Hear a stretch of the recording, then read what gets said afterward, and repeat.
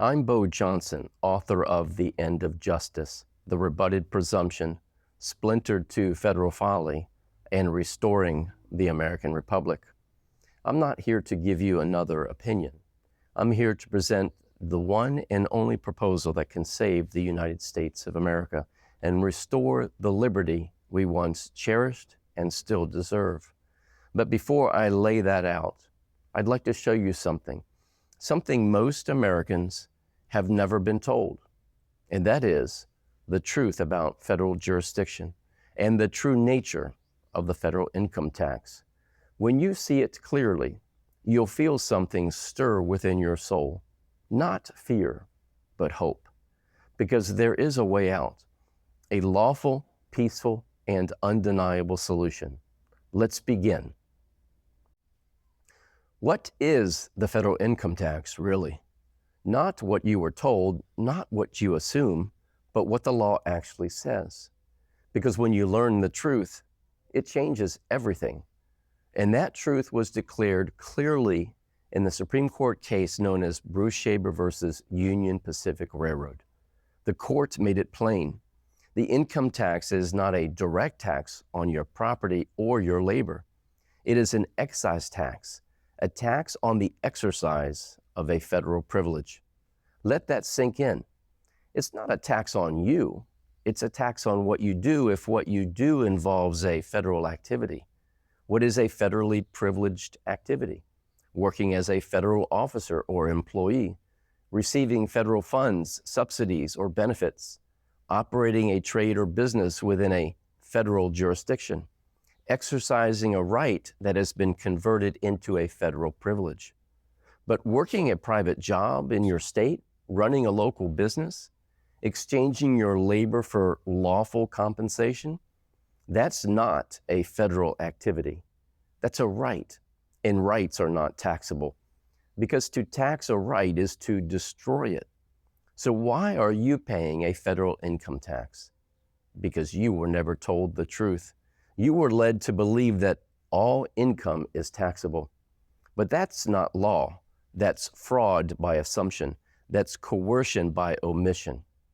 The law is clear. You are only subject to the tax if you voluntarily engage in a federally taxable activity. No activity, no tax. You are not taxed just for being alive. You are not liable just because you work. You are only taxed when you consent. Read the law. Understand the definitions. Question the jurisdiction. Because until you do, you are not a free man or woman. You are a federal asset. This is the second shot heard around the world, a shot of truth fired in peace, but aimed at tyranny. The war isn't with muskets, it's with awareness. And now you've heard it. What you do next is what determines whether you stay free. Most Americans assume the Internal Revenue Code, Title 26 of the United States Code, is binding law for everyone. But this assumption is wrong. The United States Code is divided into titles, and not all of them have been enacted as positive law. Title 26, which contains the Internal Revenue Code, is one of those titles that has never been enacted as positive law. Instead, it is considered prima facie evidence of the statute it references. In other words, it's just a convenient compilation, not the law itself. Now, Congress knows the difference. When a title is enacted into positive law, the language of that title itself is considered the controlling law. When it is not, one must go back to the statutes at large, the actual acts of Congress for legal authority. Title 26 does not stand on its own. It is a reference, not a source of obligation for every American. This is critical. A statute that is not positive law cannot by itself create jurisdiction over someone who has not voluntarily entered a taxable activity or federal nexus. That's why the government relies on presumptions and consent, not direct statutory authority. They do this to claim that you owe an income tax. The courts have recognized that non-positive law titles do not alter or expand the law. They simply restate it for convenience. Since Title 26 is not positive law, then it cannot by itself compel a free man or woman to pay a tax unless they have willingly stepped into the federal domain. When you understand this, the narrative of universal tax liability collapses. Without positive law and without consent, there is no lawful obligation. Title 26 of the United States Code, the Internal Revenue Code, has not been enacted into positive law. That matters because a non-positive law is only prima facie evidence of the law. It is not the law itself.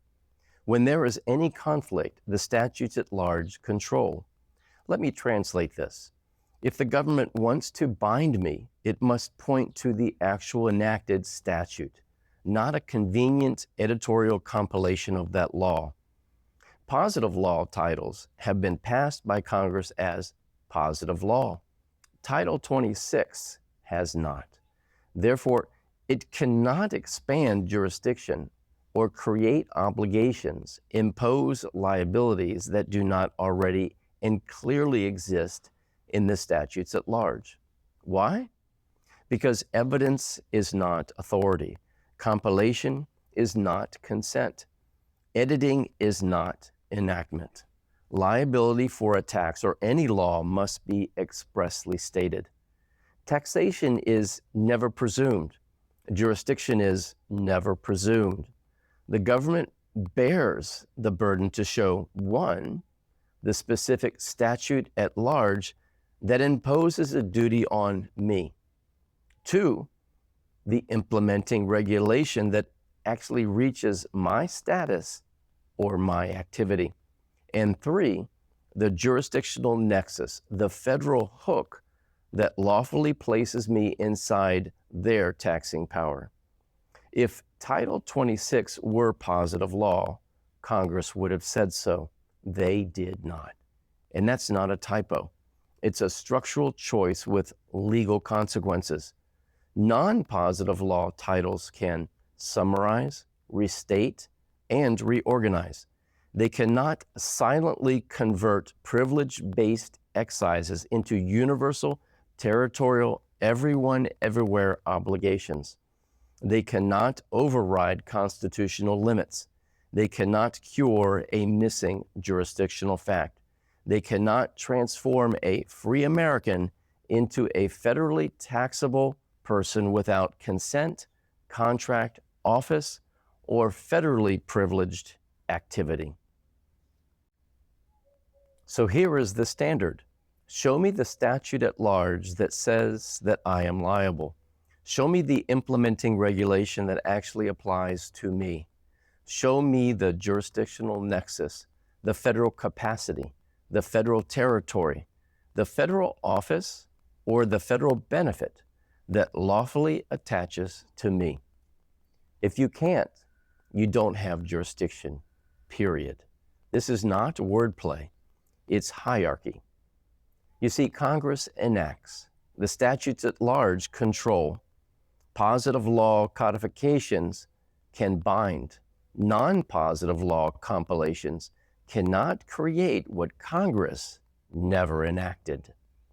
Therefore, absent a clear statute at large, a matching regulation, and a demonstrated federal nexus, there is no lawful imposition of an income tax on a free American living privately within a sovereign state outside federal office, benefit, or territory.